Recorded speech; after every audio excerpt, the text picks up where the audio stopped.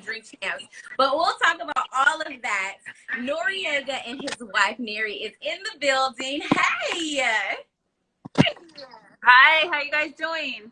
Good. Awesome. Thank you guys so very much for joining us. Let me go ahead and move my little camera. Okay. Thank you so very much for joining us and jumping in. Listen, you guys are up to a lot of things. You guys got busy, okay? I don't even know. First, we saw you guys on Love and Hip Hop Miami, and now us, actually, theJasmineBRAND.com broke the news that you guys will be joining Marriage Bootcamp Hip Hop Edition. You guys definitely broke the news. You guys were the first ones. I'm like, wait, how did they find out so fast? We got our ways. We got our ways. So, but before we did Love and Hip Hop, we did Marriage Bootcamp. So that was. You guys did Marriage Bootcamp before? Yes, yes. Oh, interesting. Yeah. So do you think Love and Hip Hop Miami really reflects who you guys have grown to be since you guys did Marriage Bootcamp first?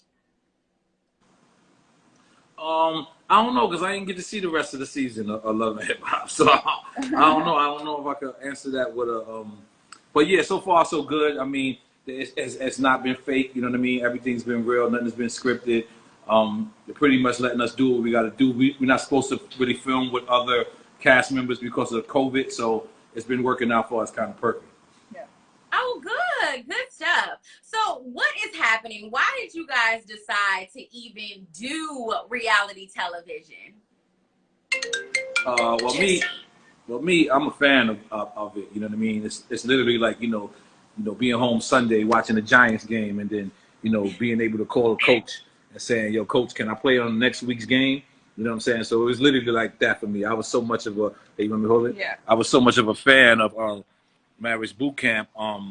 You know what I'm saying? Especially since it converted from when it went from Marriage Bootcamp to Marriage Bootcamp Hip Hop Edition.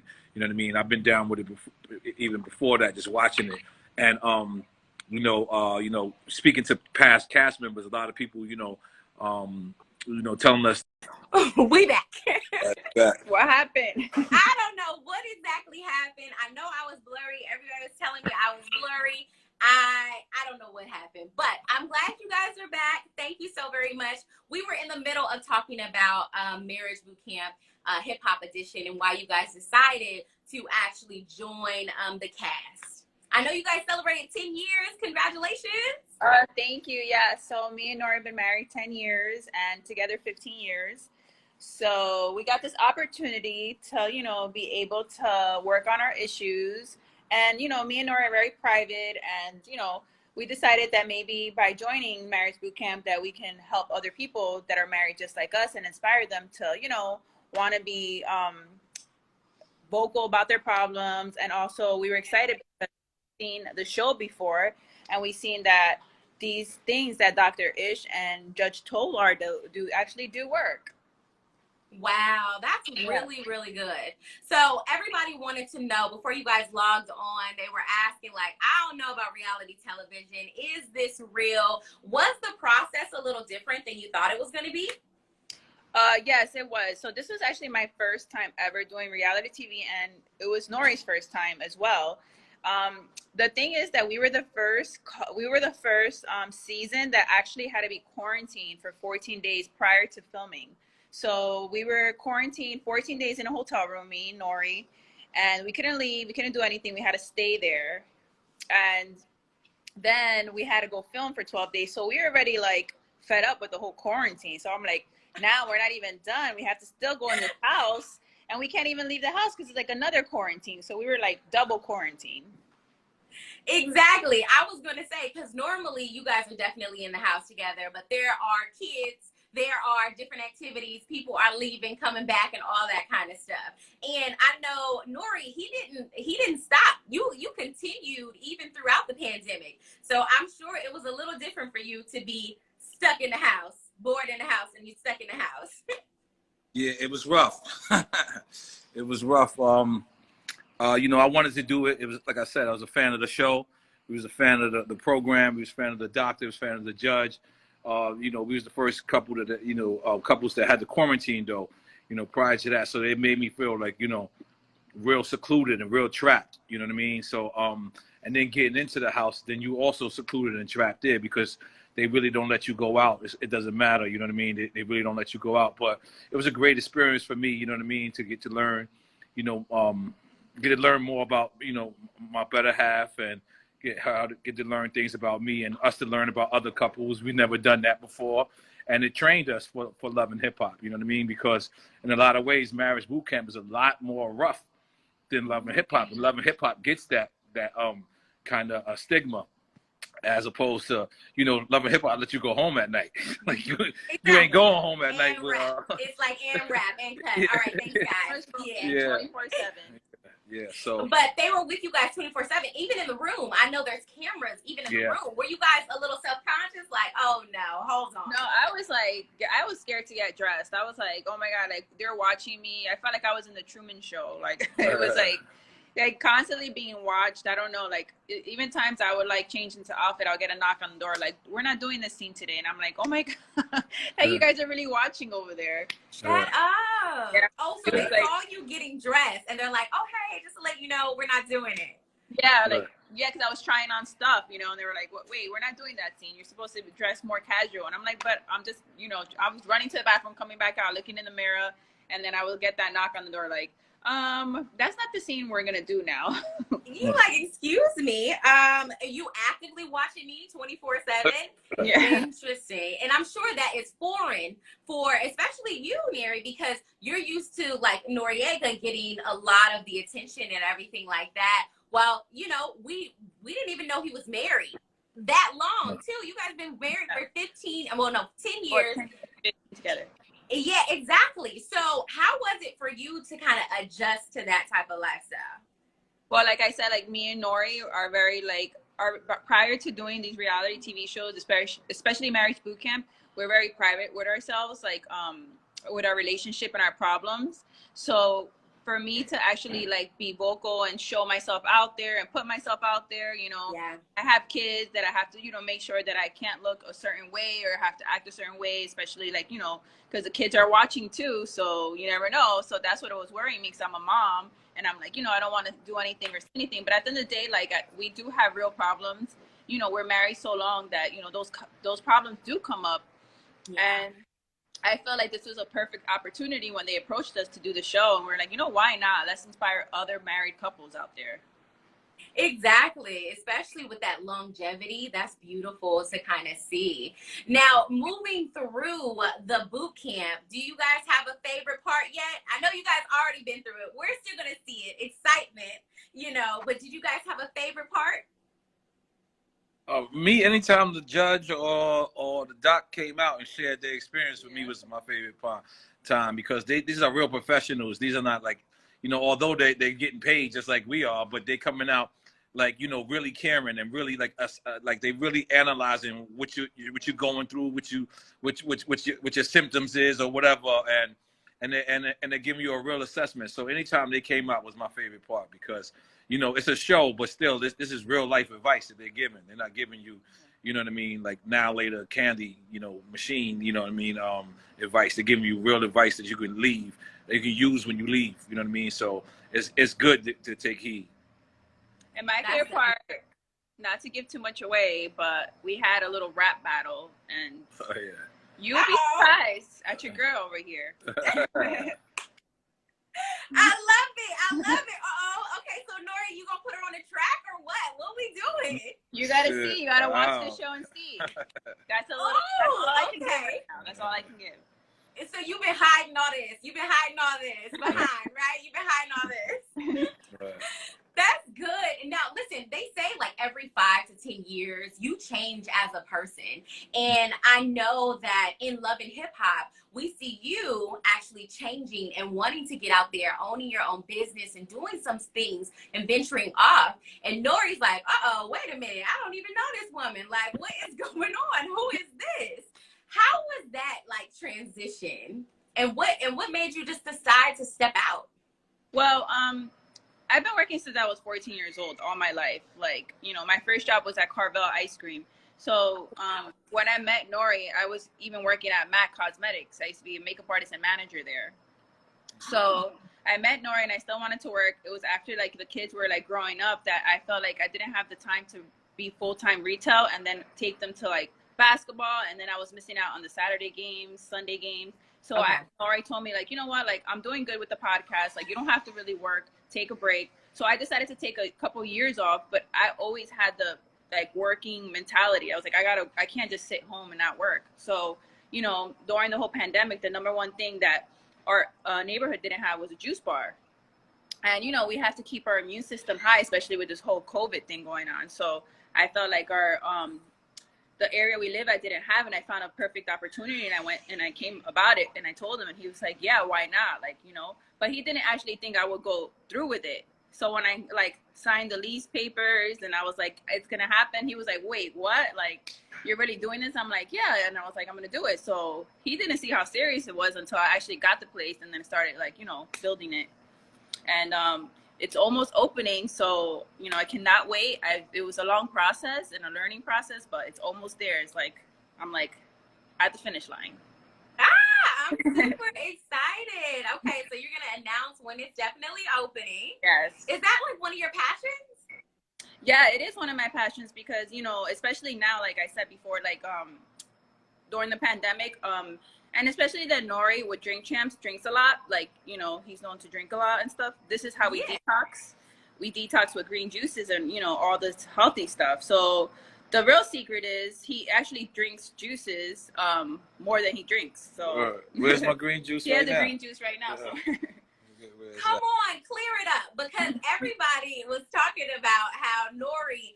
generally, not even at the end, in the middle of the show, he is fully drunk. He is all the way gone. Okay. And so I'm like, how does he recover? How many episodes do you film a week? Like, how do you recover? But it's the green juice. So yeah, that's our secret too. We never do back-to-back shows. We always recover the next day, and you know, that's our thing, is drink some green juice, get some wheatgrass, get some ginger, you know what I mean? And we take that day off. I remember we wouldn't even do Lil Wayne and Floyd Mayweather back-to-back. Like, we needed a day off in between those two huge episodes, because we just, like, now we're pros at it. We know exactly what to do and when to do it. And you know what I mean? And it's great for the audience to see that, you know, the show is really real. Like, it's not fake. We come there sober. And we leave in a different mind frame. But it's always fun, and it's always good for the audience to see. And we've been having a ball ever since. Yeah, is that one of your strategies? Because I feel like you definitely be like, hey, come on, just to get them loose. Is that one of your strategies? Okay. Absolutely. I mean, anybody who comes on the show obviously watches the show, so they actually know my secrets, they know my tricks, but they want to fall for it. You know what I mean? They want to fall for it. It's a part of the show. And like I said, man, it's been a blessing, you know, for me to be able to, you know, sit around and you know, get drunk with my friends and you know, and make a living out of it. It's crazy. You know what I mean? If someone would have told me, you know, when I was in the barbershop talking, and, you know, that eventually someone would pay me for the same conversation that I'm having in the barbershop, I would have told them, you know, that they're out of their mind. But that's basically what it is. It's barbershop, locker room talk. You know, I've been in, you know, I've really, you know, I'm a successful rapper. You know, I got platinum records, 4 gold albums. And so I could tell them, you know, from the coming up part, from the part that didn't make it, to the parts that when I was on the top of the world, and I can relate to every form of the entertainment business. So I guess that's the reason why it gives me a little advantage. Exactly. And they always say, like, you don't miss. When it comes to interviews, you don't miss. I mean, it's very, very interesting. And talking about Drink Champs, like, it has become the go-to place. Are you like the verses after show? I think you know what's crazy? I think we're the verses pre-show. I think it starts on us. Actually, in real life, this is not even playing around. Swiss actually called out Just Blaze on Drink Champs, and then that's how the first verses kind of started. It wasn't even called verses. They was just battling. So we've been a part of it from the beginning. Swiss is my man. He's also given me a piece of a little something of that because of that. And I'm very, very proud of what they doing. you know, this is just our culture, so we don't be realizing how big it is. And everywhere I go, there's somebody asking me, "Yo, you gonna do verses, or what you think about this verses?" And they, when you think about it, they built it really built it out of quarantine. Like, you know what I mean? They built it out of our boredism. We was all bored and we was home, and you know, people who said pick up your phone, and one person was on this place and another person was at this place, and they got to battle, and it's just growing and growing. And who would have thought, you know, Madison Square Garden? Who would have think the next one is Big Daddy Kane and KRS-One at the Barclays Center? I'm just so proud of the culture first. Let me be proud of the culture first. And of course, you know, the people at Triller and the people at Versus and, you know, Swiss Beats and Timberland. I'm proud of the culture really showing out, because as soon as quarantine was over, if Versus didn't matter, it would have really disintegrated and washed away. But I let you know that it really does matter. The culture matters. Exactly. And I feel like you bloomed during the quarantine as well, because I was asking my partner, I was like, wait, was he doing this before? Because that's how I got to know you, through quarantine. Like, oh, let me see what's going on here. Let me see what's going on there. And he was like, nah, he been started doing this. And that's why I don't know if you heard me refer to you as like a tastemaker. You're like ahead of the game. You know what I mean? Well, we was doing it way before, and what happened was Pharrell kind of taught us that we can move forward, because Pharrell was our first interview, like it was like during the pandemic, but like getting out of the pandemic, and he suggested that we all just take COVID tests, and it was the first time we had heard that. We didn't hear that people could take COVID tests on the spot and then show him the results, and then we record it. So Pharrell, obviously, me and him have great history. So he made my whole team get COVID tests. We had to pay for it, obviously. And, you know, we sent it over to his team. His team cleared us, and then he walked in. And then we said, wow, why do we only do that for Pharrell? Why don't we do that for every guest? So that's how we didn't shut down during the quarantine. We actually, you know, was getting tested and, you know, getting the immediate test and, you know, making sure it passed. And then it just kept growing and kept growing. And so, yeah. We went from Pharrell to Cameron to I forget who else, and it just kept going. Yeah, a lot of people definitely, it just kept going. I do want to talk about because you started this for like an old school hip hop, you know what I mean? Or not even old school hip hop, but classic hip hop. Right. You know what I mean? And I feel like it's evolving. I just saw you interview somebody in fashion. Are you going to different realms? Like, where is it going? Yeah, well, definitely. That for you people don't know, that was Walkerwear that we having is dropping this week. She's the first black, I believe, designer in hip hop, and fashion designer in hip hop. I believe, like, she started out styling people, and then she went on, and she was so scared to say that you know, being a woman at that time wasn't the thing to say. So she had this brand, and she wouldn't even tell people that it was hers. So, you know, we as long as you have 10 years in this game, as long as you dedicated, like we're just talking about, so big her up first off, but we're talking about having Bobby Smurda coming up at the end of the month. We're talking about having Gunna come up at the end of the month. So we want to just let people know, like, it's for the legends, but we're not going to discriminate. Anybody that's new and anybody that's a legend. If you're an upcoming legend, you deserve the flowers. Our whole show was about giving people their flowers. We did not invent that statement, but we made it famous. And that's what we truly stand on. Like, you know, if you have 10 years or more and you've been famous for 10 years, you need your flowers. You need your flowers. Being famous is not funny. Like, you can you know, a lot of people can leave work and they can leave McDonald's, or they can leave, you know, UPS and take off, or leave construction and take off their uniform and live a normal life. My uniform never comes off. Never comes off. Exactly. So being famous isn't as easy as people think. You know what I mean? So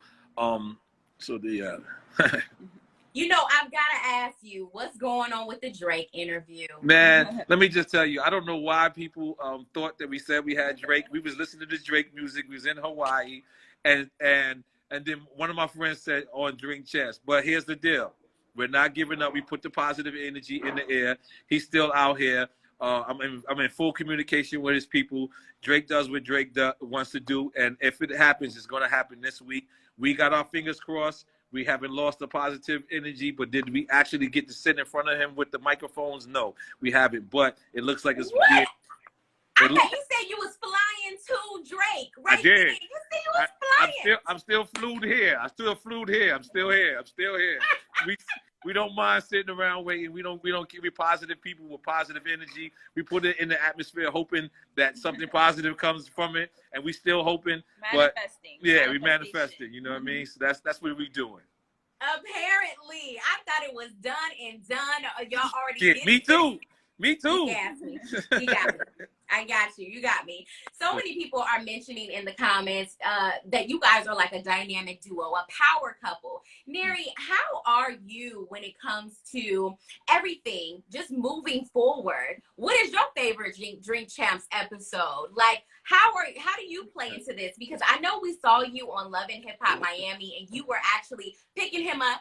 So I know, and he was like, I expect her to do everything for me. Like, what's going on? And I know that you are definitely behind him, championing him. Talk to me a little bit about it. Well, it's funny because Drink Champs, it started as just something like, hey, I'm going to go with the guys and do this podcast. And then back in the day, like this was like before podcast became what it is now. I was like, what's a podcast? He was like, we just talk. And I'm like, oh, okay, whatever. I never thought it would take off and just be as big as it is now. So I'm really proud of him for that. At the beginning, I would go to like almost every episode he had, the Diddy one, the 50 Cent one, like, all of them, I was there. My favorite one, I have so many, but the ones that really stand out is, the Pharrell one. Because, Pharrell, he's been with him since he started. So that's my favorite one. And also he bigged me up on the episode. So, he was like, okay. he gave me my flowers on the episode. So that was one of my favorite episodes there. And, but being behind this guy all the time, I'm finally glad to, come out. You guys get to see who I am.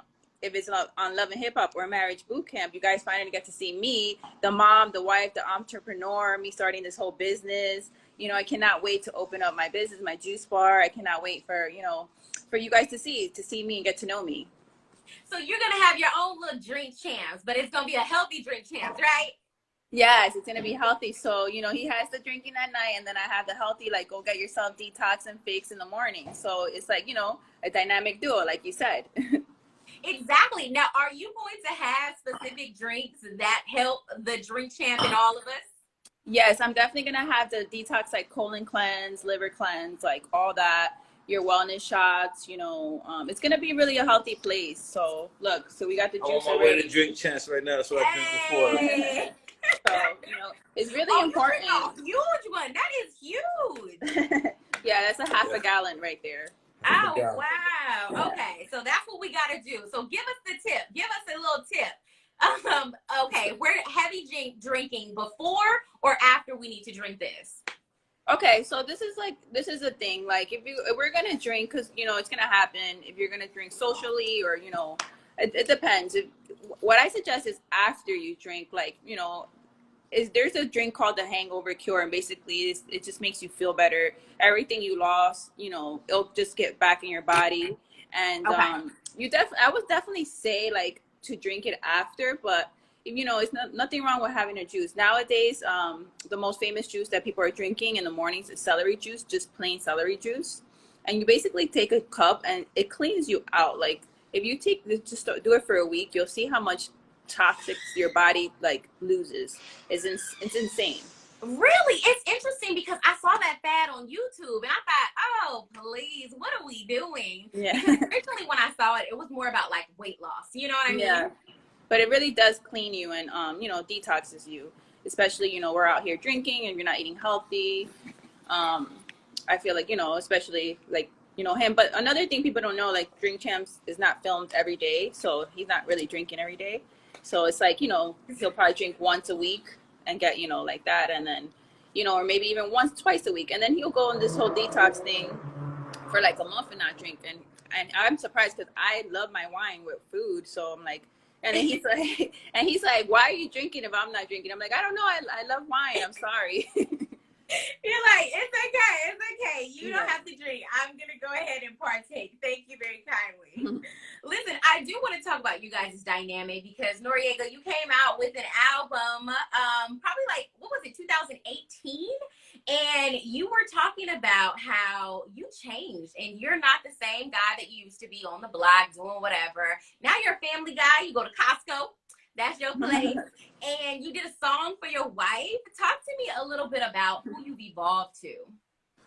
I grew up in hip hop space. You know what I mean? It wasn't like I wasn't like I was hiding or anything. I did this all, you know, while being famous. I've been famous since 1998, I believe.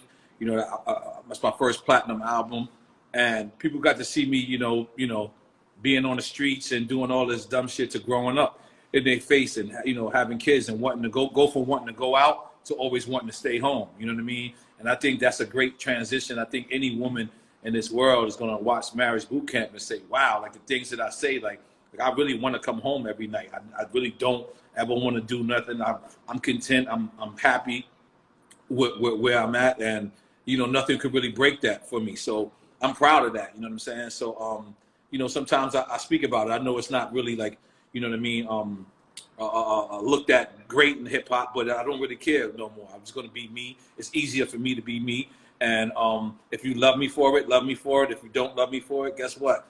I'm going to still be me. You know what I'm saying? So so that's what it is. That's a beautiful thing, because you do see, you know, people in their plus 40s still talking about that life and not transitioning, and to be so open. And a lot of people they're behind the scenes, they're like this lovey person, just super into whoever they're with. But then on the outside, when they come outdoors, they're like, oh yeah, and they talk a good game. You know what I mean? Right. And so it's beautiful to see that you are out public, living out loud with your truth. Yeah, why not? Why not? Exactly. So going back to Marriage Bootcamp, did you guys learn different things about yourself? Yeah, for sure. Because, you know, they have us do these, what do you call it, challenges or games, I would say. And it kind of like opens up some stuff that you didn't even know about yourself, especially, I would say, like your childhood. Like the way you're raised affects like the way you love. So that really hit home for me, because, you know, I didn't know that. And we never had counseling before because, you know, we didn't, you know, really think we needed it. But it's not that you're going through something horrible, but it's good for healthy for you guys to really be transparent with each other and talk about your problems. That's why we've been married this long.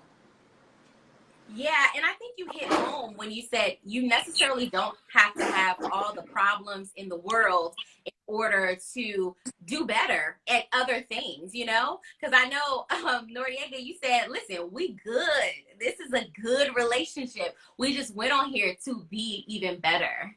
Yes, that's what we wanted. We wanted to leave there stronger for us, for our kids, for, you know, just anyone around us. We don't want to be like, we just want to be a strong couple, and we want to inspire other people out there. Good stuff.